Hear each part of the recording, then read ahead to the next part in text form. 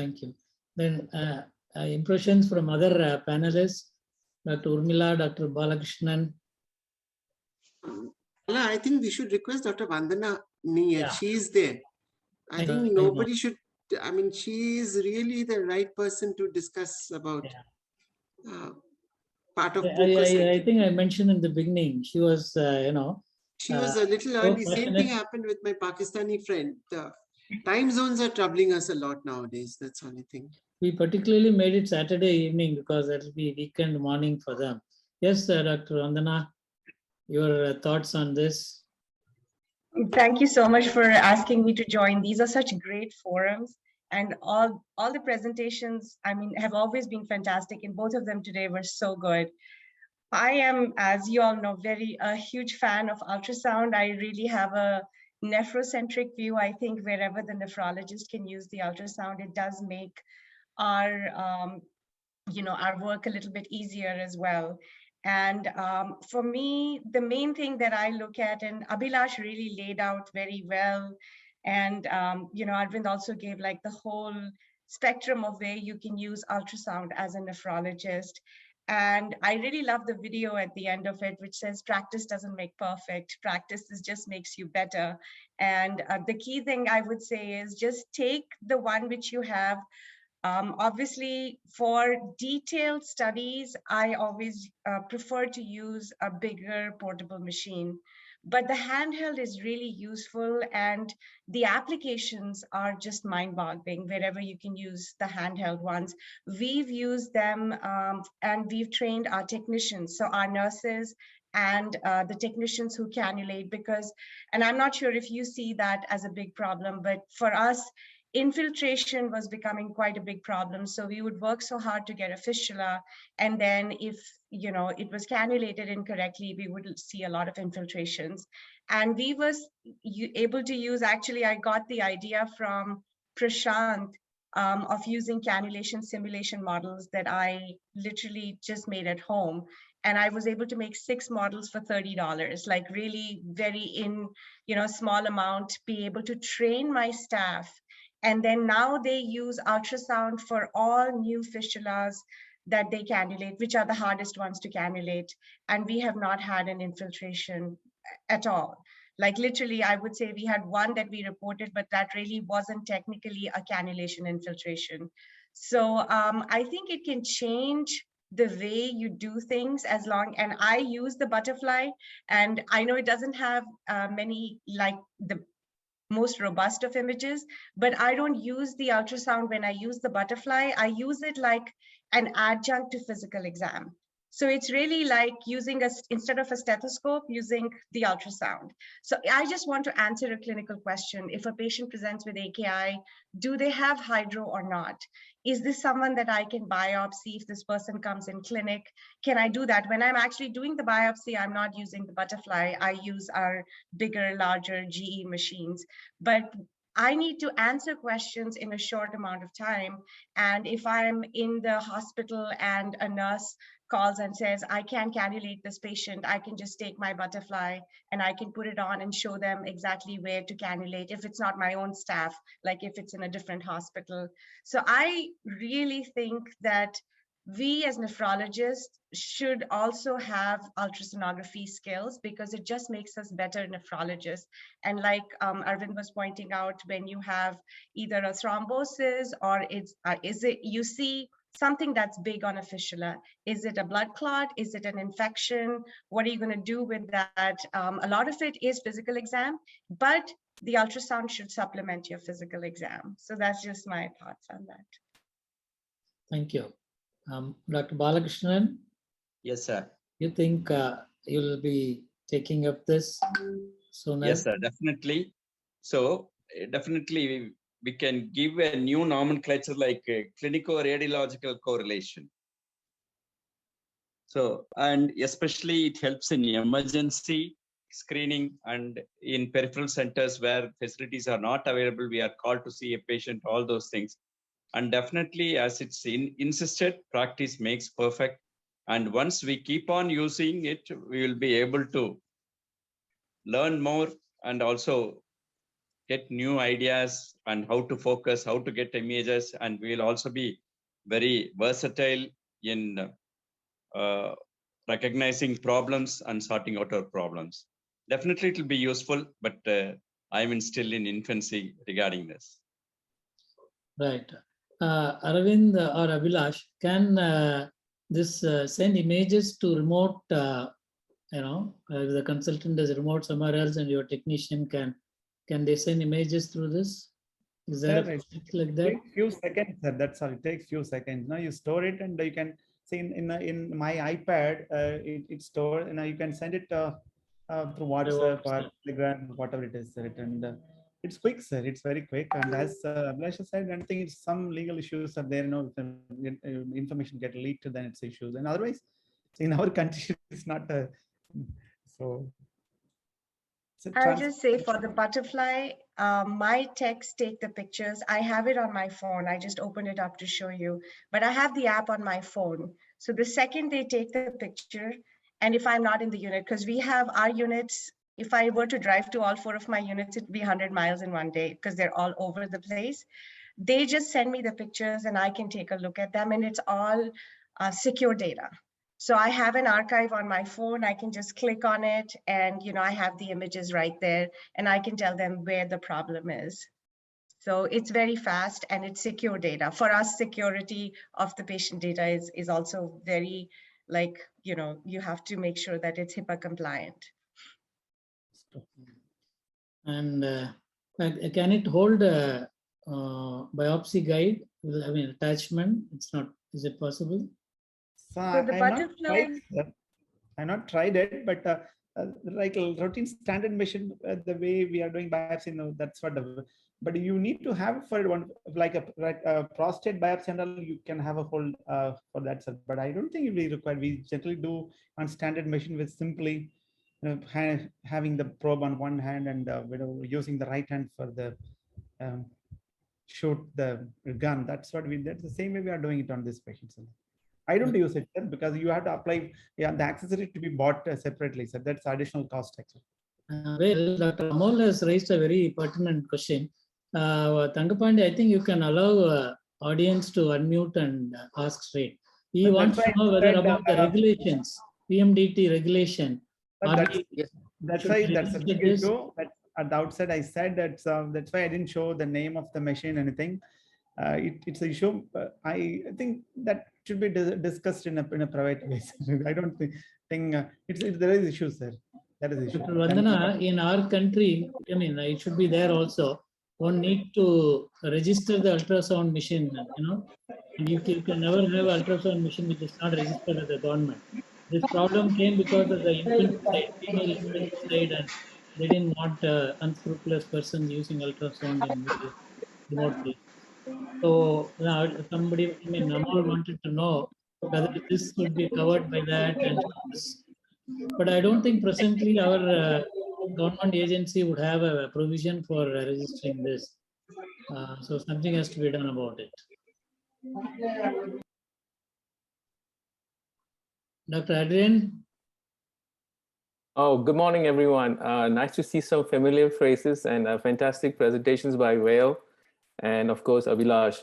I'm a interventionalist, and so we have been doing ultrasound guided procedures now in internal medicine in my hospital. So I'm part of a team where we use it for LPs, thoracentesis, paracentesis, and stuff like that. So I'm just not stuck with the kidney, and so that improves my learning experience as well.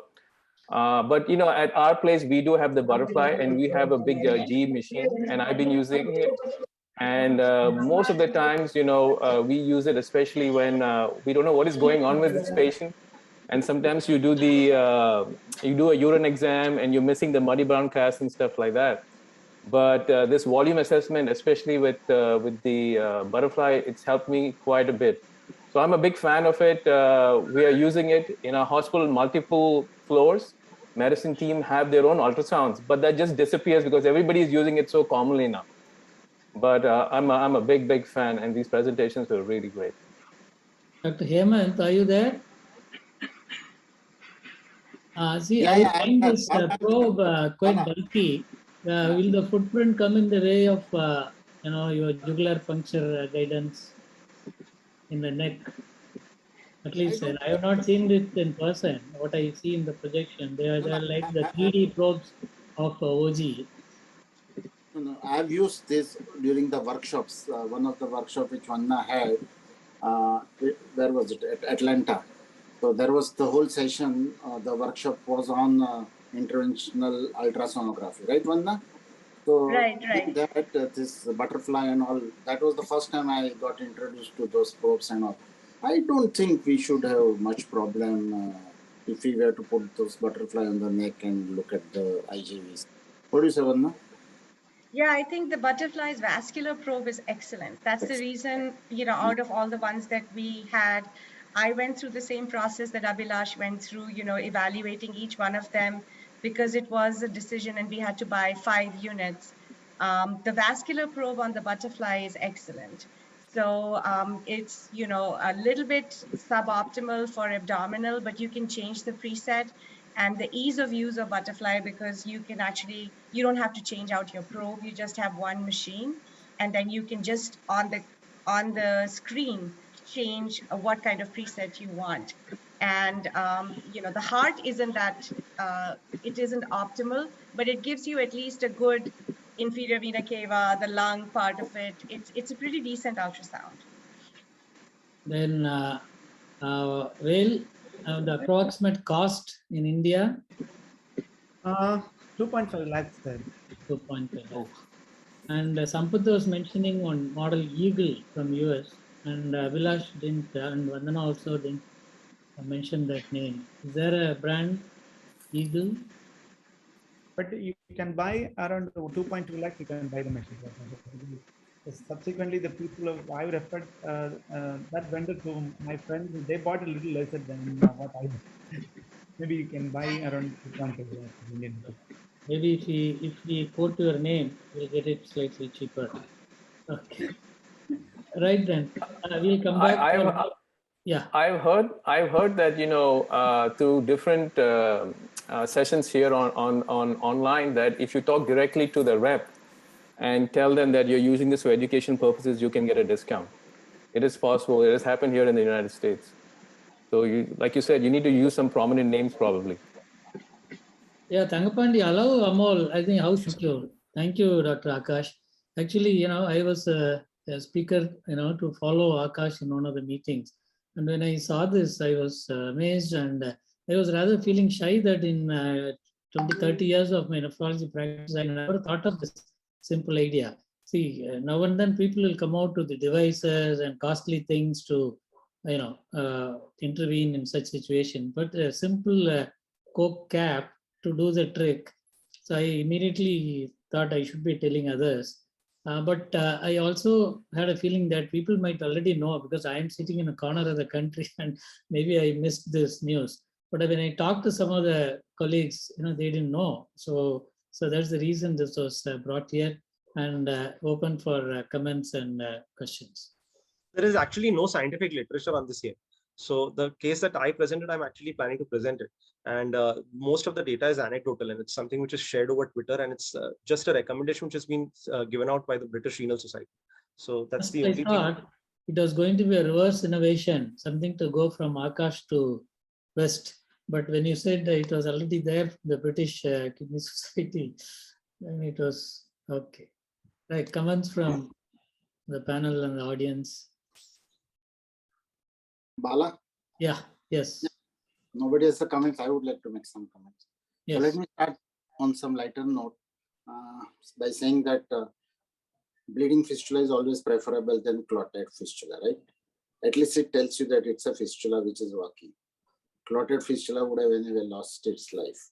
But you might lose the bleeding fistula patient. No. So and the clotted fistula patient will live. No. Bleeding fistula is better than clotted is in the lighter vein. What I'm trying to say is that always, as Akash pointed out,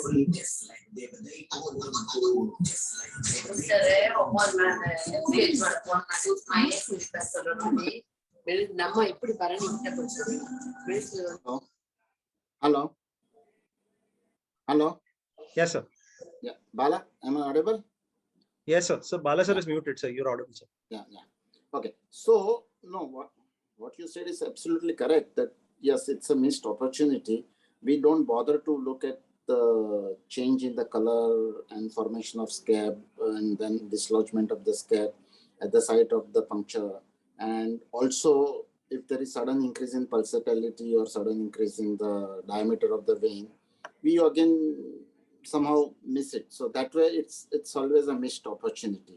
And we also fail to inform our staff that don't puncture on the same side, but go above or below that in such a situation. That's also another issue. Secondly, many a times this sort of bleeding has underlying either an aneurysm or a pseudoaneurysm. And also not to forget that this cap will fit in only and only if the aneurysm size is smaller than the size of the cap radius, because there are many aneurysms which are larger than this and on which this cap will not just fit in.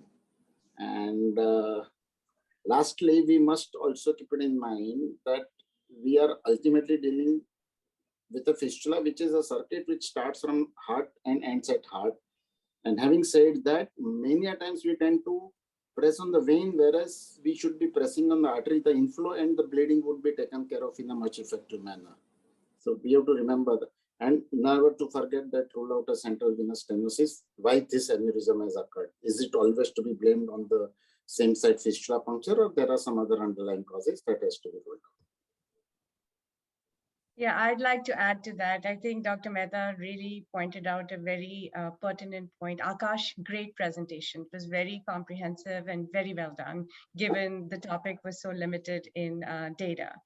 But I do think the key, another point to make really, and I piggyback on Dr. Mehta's point, is that when you think of your fistula, your artery is like the tap that's on, and your fistula is like a little hose or a pipe that sort of comes out of the, out of the tap. And so what we teach our patients is that if it should start to bleed, so if you've got, let's say, a brachiocephalic and it starts to bleed right in the middle, in the cannulation zone where it's aneurysmal, the instinct is to react to where you're bleeding from. But always remember that everything moves from, everything likes to take the path of least resistance. So if you can actually compress the artery, you will diminish the flow through the bleeding area. And so that's what we teach our patients on rounds, especially when we have these patients that are that are aneurysmal, have thin, shiny skin, but the intervention isn't really planned for a while, or the patient is reluctant, is that they should know where to stop the bleeding from. And that comes from arterial compression. So that, I think, is a point that, in addition to the cap, which is a great thing to use because you want to plug the hole when you see the hole, but you've also got to make sure that you turn off the tap. So I think I will just add a quick point. So that is a great point. So people have to realize where the blood is coming from. By the way, Dr. Shingara, this was a very comprehensive discussion and very nicely done. I would just like to say prevention in this condition is much better than the cure, as you all know. It will be very, very important to realize this potential life-threatening complication and teach the dialysis technicians and nurses. Those are the people who are dealing with that bleeding there, and also to the patient. So I think the education part still needs to be done quite a bit for the dialysis patients as well as for the immediate dialysis providers. Because most of the times, by the time at least I know, rounding in the dialysis units, by the time I'm there, they've cannulated the access, they have taped it so well, I can't see what the skin looks like. And unless it is a huge aneurysm that will still peek through, you wouldn't know what the condition is at the site of cannulation. So thank you very much, and thanks for having me for this. Thank you. I just wanted to add one more thing to Akash's presentation. What we've been seeing here is, patients have an aneurysm, and unfortunately, our patients are both on dual-plated agents, and it's not the heparin that's causing the problem. is these dual platelet agents that are causing the problem. So we had referrals for prolonged bleeding and we don't find anything at all. And then we go back and look, it's just they're on these double antiplatelet agents that's preventing the clot from happening. Oh, but Adrian, I mean, they also say that usually life-threatening bleeds from the fistula is never part and parcel of dual antiplatelet agent. What would you?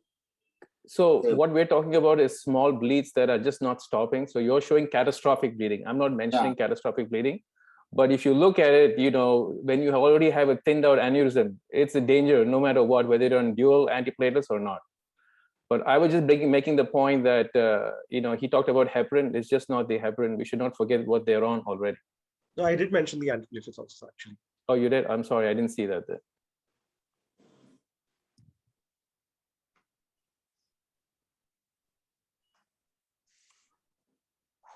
If there aren't any more comments on this, just a follow-up from Dr. Remy. Remy George, are you there? Yes, sir. I'm here. Last time he presented a case of Suspected cephalic. He called it fistula blues, and whether it was mere flow to the forehand which was causing the fistulas, I mean the ischemic hand, or was there a cephalic arch stenosis? So what happened to that case, Ravi? It's been a month, sir. The patient is still doing well, and his hand, his pigmentation and the skin changes, the ulcer, everything has disappeared. His edema has disappeared. And as of now, there are no features of the cephalic arch stenosis becoming significant in the form of any dysfunctional fistula or under dialysis features. I mean, I tried looking at the clearance, and the clearance is good. There is nothing, and the follow-ups I will give it to you as and when. As of now, there is no prolonged venous bleeding or any other problems. The patient is doing well. So I thought that we'll until that cephalic arch troubles me further, I will just leave it for the time being, and then get back. If something happens, then look at it. Yeah. Then you can also mention about this video here. You said you are not ready with the full presentation. At least people to think about it, and next meeting we can have some discussion. Okay. So this was a case of a gentleman who was initiated on dialysis at another center. He has had a permanent pacemaker in situ. You can see it in the right extreme picture. So that pacemaker is on the left side, and the wires are, you can see the wires. And he was advised to get a fistula done on the right hand. But inadvertently, the person who did the fistula on the left side, and immediately for the patient's bad luck, he started developing limb edema on the left hand immediately after the fistula creation. So not a single dialysis could be done through the left hand fistula, and the patient was initiated on dialysis through a right IJV permanent catheter. So in this picture, you can see the right IJV permanent catheter. You can see the pacemaker wires in the first image. And we have done a fistulogram. So if you can just play the first image, first video. So actually there is a tight stenosis. The second video will be more, make it more evident. So there is a tight stenosis at the junction of the left brachiocephalic.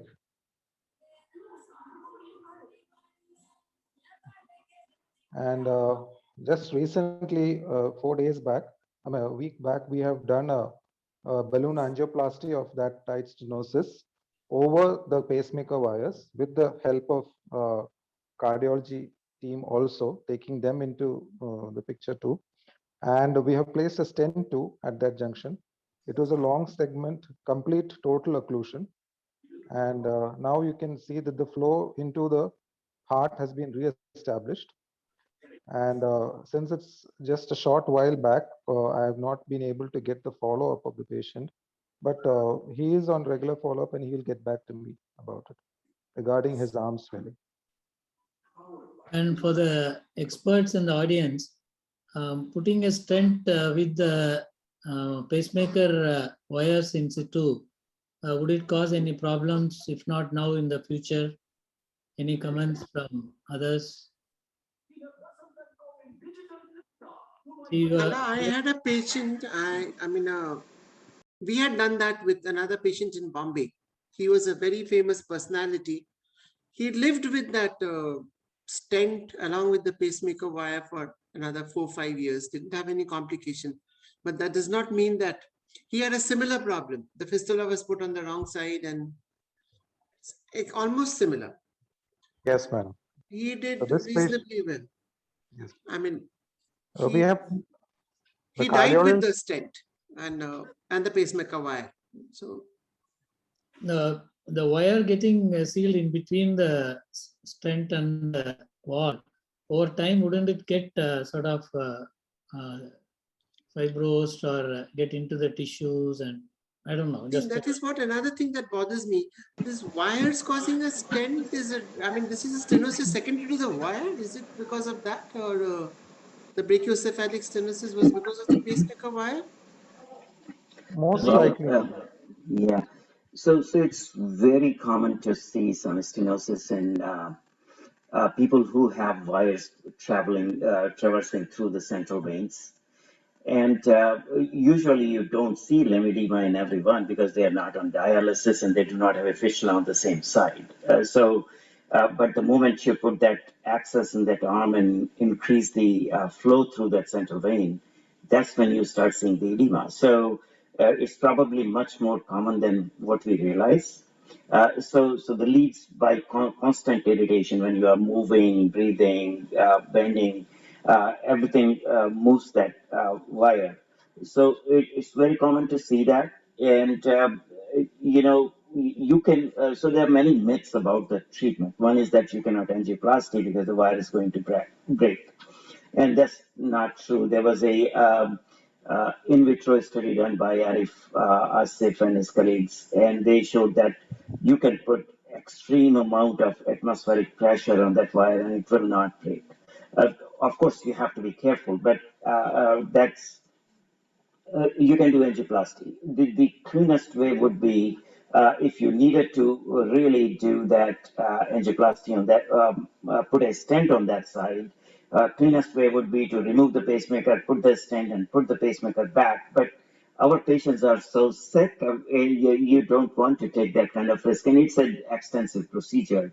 The society guidelines from ASDIN and SIR, Society of Interventional Radiology, they all recommend that you should not put a stent on top of it. Ideally, this is what you should do. But there are a number of cases where people have put a stent over the wires. And when you do that, you are jailing the wires.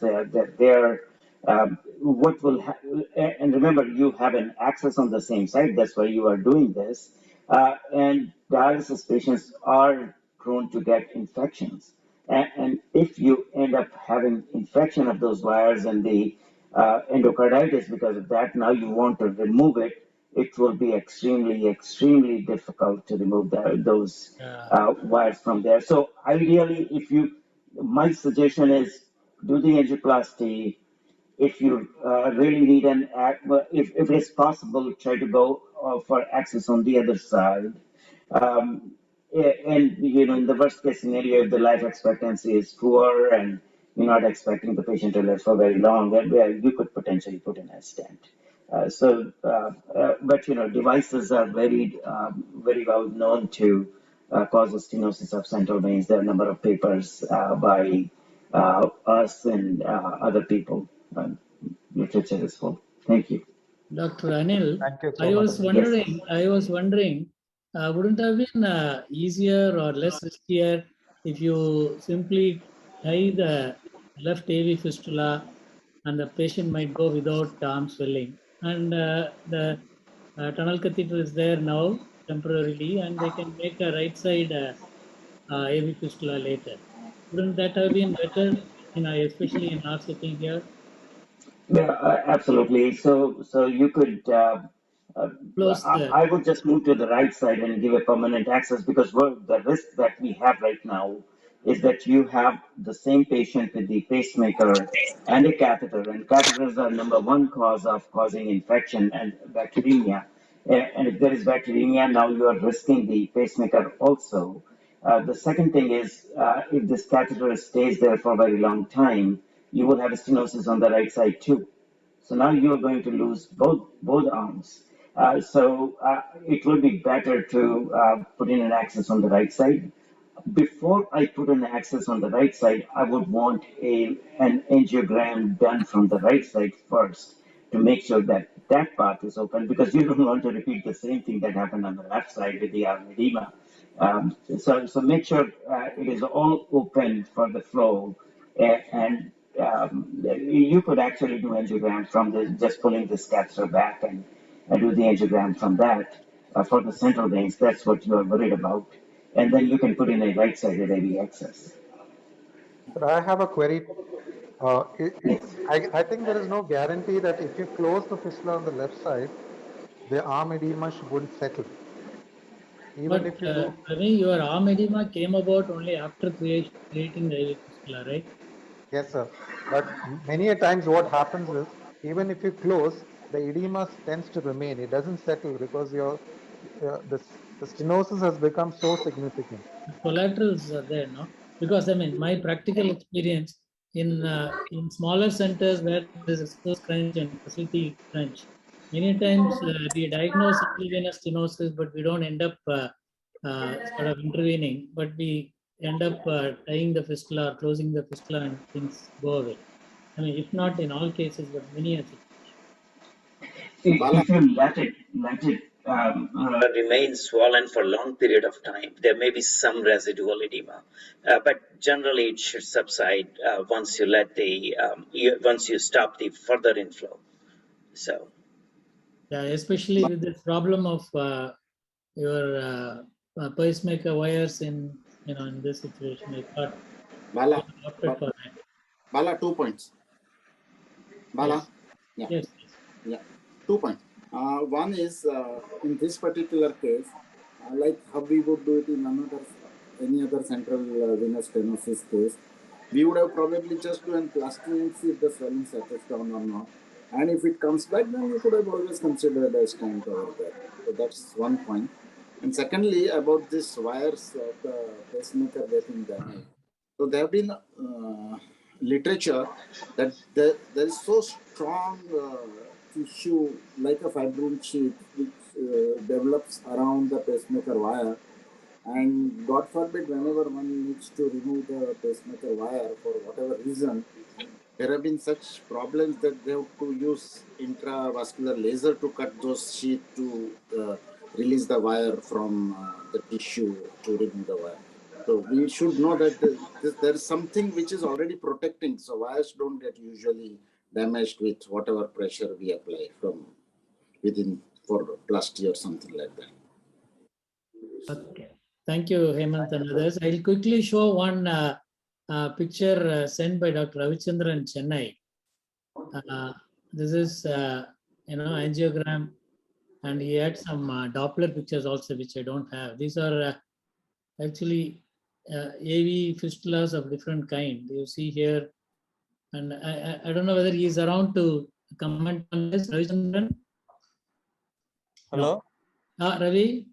Yes. Yeah. Could you tell us how you came across this? Okay, this is my patient. She had undergone transplant in 2005. She is now 48, but she just came from Pune for follow-up. Then she just casually told me that on the forearm she is feeling a thrill in the hand, and it's slowly growing in size. So when I felt it, it was a AV fistula, but she has already undergone closure of the fistula on the other hand, which was there only for 3 months prior to transplant. So suddenly, then we asked the vascular surgeon to look into it, and the Doppler they did, they found initially there was a communicating spontaneous AV fistula. That is, there was no injury or any surgery done or nothing. She hasn't undergone any other hospitalization post-transplant. but she had taken anti-tuberculous treatment for her lymphadenopathy, biopsy proven tuberculosis in 2012. Now, then the the CT angio was done, and the vascular surgeon said there is another fistula forming at the brachial level. So now the question is, what is the cause for this spontaneous AV fistula which is happening? And literature search, we could find only one case where they are talking about neovascularization, maybe because of certain growth factors. Now the question is, what to do next, and why is this happening, like spontaneous AV fistula in a patient? And happening in two sides, right? Yeah. The wrist forearm was easily palpable, but the brachial was found only during the CT angio. But was the AVF good enough for usage? I mean, not in this patient. In the no. Literature, they had used it, but in post-transplant, she doesn't need it. Creatinine is, and she is doing fine. She just came from Pune for follow-up, and it was just an incidental finding. And now what to do next, and is it what is the incidence of this happening, and what is the cause for spontaneous development of AV fistula? Yeah, if you can find out whatever is perpetuating this fistula, even some factors, some blood-borne factors, then we might be able to use it in for maturation of other fistulas. Tomorrow I'm giving a thought. So I thought I will show this so that people can think about it and look into literature and come out maybe in the next meetings. No, Palan, is there any evidence of ongoing inflammation anywhere in the body? I mean, yeah, Ravi? She only had tuberculosis. She got treated 2012. No, that's fine. Current any ongoing inflammation? No. I mean, have you looked for it, like doing a whole body PET CT or something like that? PET CT, I have done it 2 years back. It was normal. I mean, 2012, she had tuberculosis. After that, we repeated PET CT. No, fistulas have happened now, right? This year, 2021. We need to keep that in mind. If we say this is some inflammation, like, what happens in, say, aorta arteritis. I'm not saying this is aorta arteritis, but something of that sort, when there is an ongoing inflammation and all sort of things, aneurysms, communications occur. So we must look for evidence of inflammation somewhere in the body. A simple ESR and CRP might help. We scan, we routinely do such things for her, especially she had been vaccinated and CRP was normal. Routine COVID screening, we also routinely do CRP. What's the flow in these fistulas? Do you have a flow measurement, or is that something you're going to do serially to kind of keep an eye on them? I could not get those images from him, but they have these record. I think the vascular postgraduate was looking into all those things. But anyway, the patient is under follow-up under you, right? So you can... She is in Pune under Dr. Lobo. Oh, then we can always reach Lobo, right? Yeah, that's the best, right? Bala, reach out to him and get updated next. Yeah. So next meeting we'll take. And if you have time, and Dr. Amol had a peculiar problem, and I don't know how he got out of it. Is he around, Dr. Amol? Yes, sir.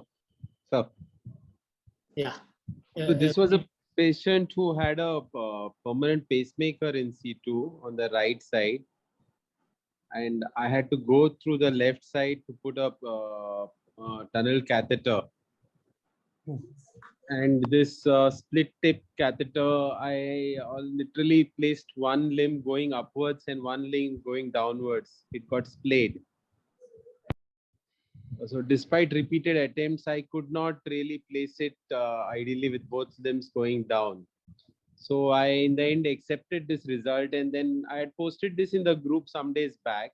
Yeah. And I got a lot of good suggestions where they said you could put a stiff wire through one end, retrieve the catheter a bit and then put another wire through the other Exactly. limb also and place it back. But this patient is still doing dialysis with my unit, and we've not had problems of flow.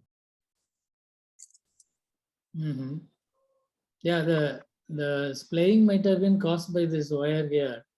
As you enter, maybe the both limbs might have been caught between the wires. So the idea about putting in two guide wires into the two limbs after retracting might have worked. But it is surprising that in spite of so much acute kinking here, you have adequate flow for dialysis. We have seen things like this, and my opinion is the wire is causing stenosis, and so usually we go and we take out the catheter, angioplasty, and then everything just goes in smoothly.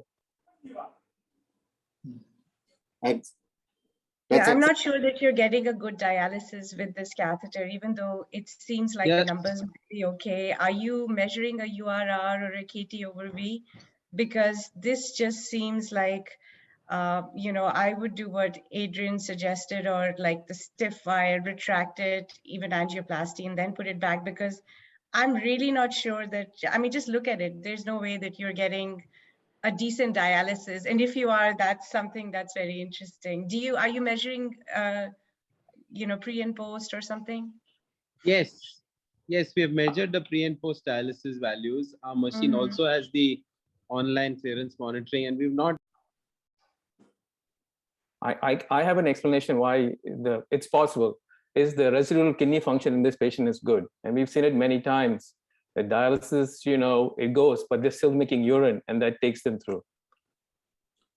No, two things here. One, Amol, which is the arterial and the venous end? You are returning the blood towards the head, or are you returning the blood towards the heart? Number one. Number two, if you are returning it towards the heart, what you're going to get is a lot of recirculation, because your blood is going to come from the little bit of not a fresh blood side. Number one. Number two, I think the other way. Come again, Hemant. Sorry. Which do you think is better? No. I'm asking him. Are you returning your blood in the end which is towards the heart, or are you returning your blood in the end which is towards the head? Amol? The one towards the heart, sir. Return, yeah. So I think you can be sure of one thing: recirculation will be absolutely negligible because of such a splay here. No, but I think if the pressures are good, venous pressure, arterial pressures are good, I wouldn't complain. No, but that's exactly what happened with Adrian, us. Adrian, the tip of this upper end. Yes, I agree. Probably in the right brachiocephalic vein. Okay, and I any agree. in that right brachiocephalic vein area, the vein is bound to get thrombosed over a period of time. So this is not a good site. Yeah, I would definitely switch this out, even if you're not having any problems. I mean, this is just a recipe for future disaster. And not only that, because it's kinked, the catheter can rupture as well. So you have to be wary of that. Catheters are not supposed to be like this. And secondly, there is a cavo-atrial junction stenosis. It is not complete stenosis. It is partial, just partial enough to allow one lip, which is say 7. This catheter diameter must be 14. So 14 French. So 7 French has gone in, but the 7 French is not able to go in. That's what I feel. Yeah. Like I said, we've seen this, and every time I get a picture like this, there is a stenosis. You just pull everything back and angioplasty, you're good to go. Yeah. What about hemolysis? Would that be possible in a kinked catheter? What is that? Hemolysis. I think if your pressures are fine and your pressures are not going up, then blood is flowing without a problem. But if the pressures are up and you're trying to pull or push, then you can get hemolysis, don't you think? Yes, I think that would be an issue. Did you get a venogram though? Like if you pull the catheter back a little bit more, and then just inject contrast, did you get it like right there? Yes, what Dr. Hemant is saying is correct. There is a stenosis there, which doesn't allow the proper passage of the both limbs. Oh, So when we've done a CNA, I think I should have it stored in the cath lab department. Okay. I could So try and you get do it. have with me. you do have a documented stenosis. Yes, there is. And so, but you haven't angioplasty that yet? No, I don't do the Okay. angioplasties. It's done by my interventional colleague. He wasn't available on that particular moment. And Okay. this is actually a request post facto. I had already done the procedure, and there was no way I could fix it. So I had taken a picture and sent it for opinions. So now let me go back and ask the patient to come back to the cath lab suite. I don't know how feasible that is. Sometimes patients are happy doing what they're doing without disturbing. What you're saying, we'll have to watch for central vein occlusion syndrome or a brachiocephalic vein thrombosis, and that is an impending disaster. Yeah, because think of the amount of flow that you're getting in dialysis, right? You're pushing in. But yeah, what Dr. Adrian is saying about kink is not true. This is a end-on view. yeah. So I think it's not really kinked. It is flowing very nicely. I am getting good flows in both the limbs. Sure. And that's the concerning part to me, is that it's flowing very nicely. Because just think about the amount of blood that's going through a dialysis treatment. You've got QBs of 400, 500 mils per minute, and you're taking a jet of blood that's going in the wrong direction, like literally bombarding that vein. So, No, it's not going in the wrong direction, ma'am, because we are connecting it in the same physiological way. Yeah, We're drawing blood from the upper limb and returning in the lower limb. Yeah, but still, Amol, it's just the time factor before which patient starts getting symptomatic SVC syndrome. Okay, because whatever opening is there at the sinoatrial junction would also get closed in no time. And then it's like complete SVC stenosis. One question I had is that in these patients, would you attempt a right-sided tunnel catheter with a existing PPI there, or would you still go for a left? Because I went primarily for a left side. I didn't go for the right side at all. No, I would put it the other way. We should have gone in for a right IJV catheter and then spared the left side for making a fistula. No, this patient had a failed fistula, sir. Yeah. No, but if the right side is open, you should go always on the right side. On the right side. Yeah. Just go straight to the. The moment in our training, it's like this. The moment somebody puts a catheter on the left, it's understood that the right is closed or there was a problem on the right. Just like you would never put a catheter in the groin unless you've lost all your sight. So it's the same thing here.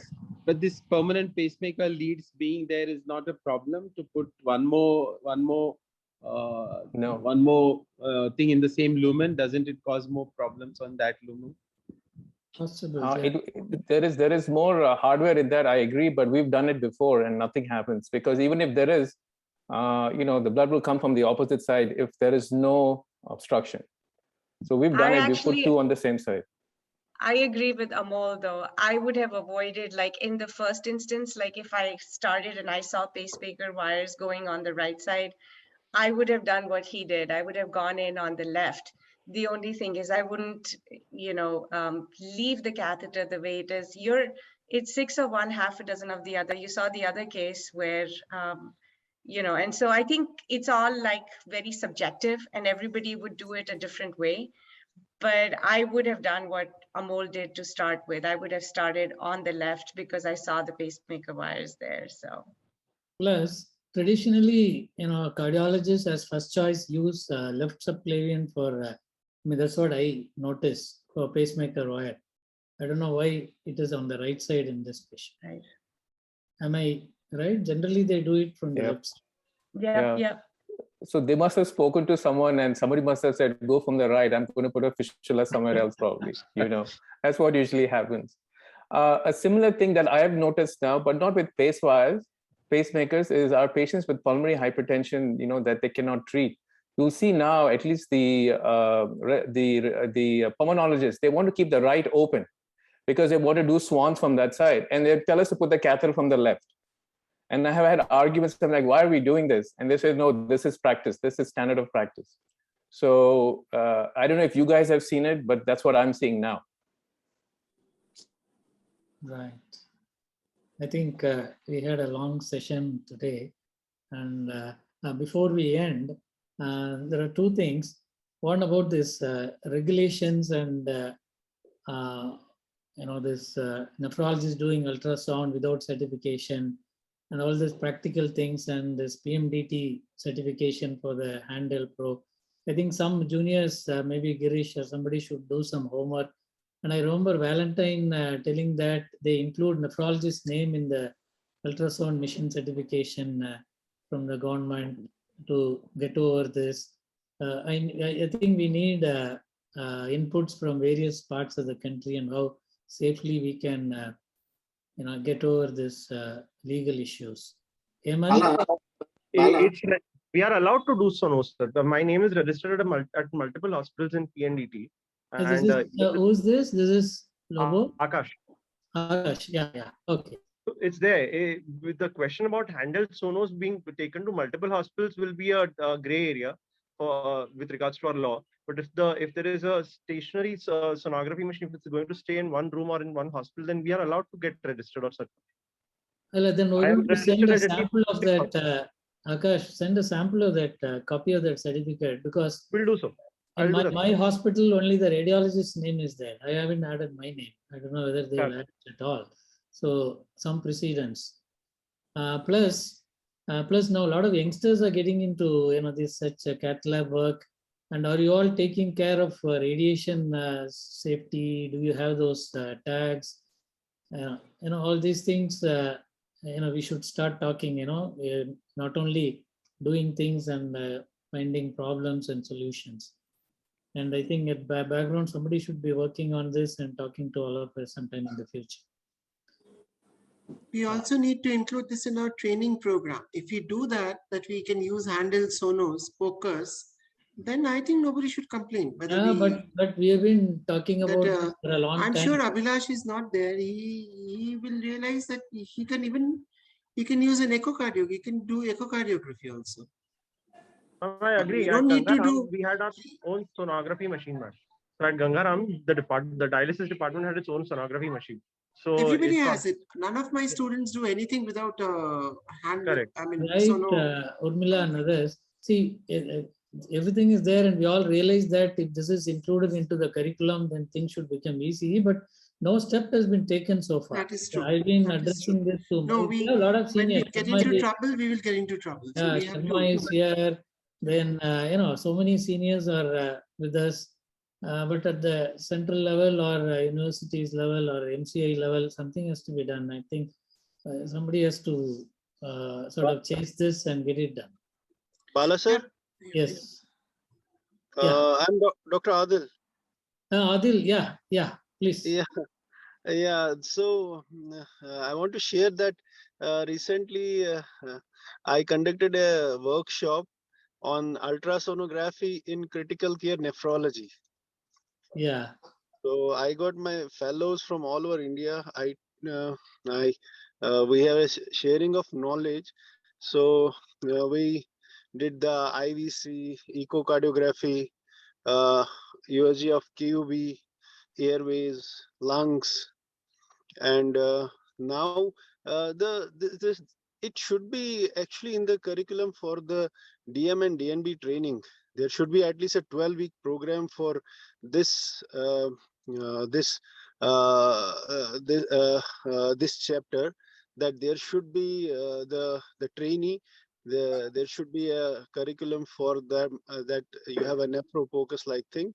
So 12 weeks is enough for the basics of this ultrasound. At least 12 weeks we should go for the training program during the DM and DNB training. Yeah, but the accreditation, who gives the accreditation for these training centers? There should be some mechanism.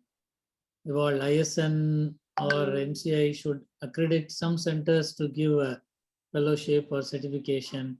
And who would work on this? I don't know. No, it should be the part of the at least the it should be at the local level, that the every hospital, there should be a 12-week program during your DM and DNB training. There should be at least 12 weeks for the ultrasonography. So That is just to the share our fellows at Emory, we have an 8-week program. So they do 2 months at during their 2 or 3 year nephrology training. yeah. But we are unusual. That's not what happens in every program here, at least here. But at Emory, we have 8 weeks, and all they do during those 8 weeks is just renal ultrasound. So right now it's not incorporating dialysis access ultrasound. It's not incorporating volume or, any of those vexus or any of that. It's just purely kidneys. And they end up doing maybe 10 or 12 a day ultrasounds, and they learn how to acquire images. They sit with us as the attendings who we interpret and we teach them. But that's about 8 weeks or so. And ASDIN, so sorry. ASDIN is coming up with certification for not just renal ultrasound, which we've had, but we haven't been able to extrapolate it to the international community yet. But at least there'll be guidelines if you all decide to start doing these. We have written our certification criteria for volume assessment as well as dialysis access ultrasound. So 3 tiers of ASDIN criteria for ultrasound that will be hopefully in the next 3 months. We've been working on it for 3 years because we want to get it just right. But we are putting together a curriculum that can, in the future, my hope is that I can collaborate with ISN and bring this out internationally. But at least for now, it can provide a guideline. Vandana, right now, you are training for your fellows in Emory. Does it entitle them to report and give, official? So we report. So they do it, but it has to be co-signed by an attending. So they are in training. So the report comes under my name, but I read the ultrasounds. But you were certified somewhere, is it? I mean, you had. I am certified by both Emory and ASDIN. Yes. Oh, so you have ASDIN there, but in India we don't have such. Yeah, but we are trying. I think my goal when I, take over presidency next year, I do want to find out ways how we can collaborate and make this available internationally and see if there's something we can do on those matters. Yeah, because people, if nothing goes wrong, people don't ask you, but when you're exactly, you've got to be covered. You've got to make sure that the criteria are stringent enough. It has to be just right? Like a Goldilocks thing. You've got to make sure that you do enough so that you don't miss anything. And so when we write it, we have to be very careful. Like we wrote 10, 12 years ago for hemodialysis vascular access certification, the criteria, and so much back and forth deciding how many cases you need to do to say that you're competent to, because as a society also, then we are also liable. So I think maybe we can get guidance from you, get those curriculum and yeah, I'd be happy to share once they are formalized. I'll absolutely share those. Right. Thank you. I think we'll stop here. I should thank all the panelists and all the guests from abroad and the audience from here, and for all the presentations. And I think we'll meet again next month. This will be again put up in the website and YouTube for others who, because I find that people, the later part of the discussion, which is the most interesting part, is often missed by many, but nevertheless it will be there in the website. I think I thank once again all of you and say good night. Thank you. Thank you. This was wonderful. Thank you. Thank you, Bala. Thank you very much. Thank Bye. you. Thank you, Dr. Vandana. Thank you. Thank you, Dr. Urmila. See you. Bye. And great presentations, all of them. Akash, really good job. And, Vail and Abhilash, excellent. Thank Thank you. you. Thank you, sir.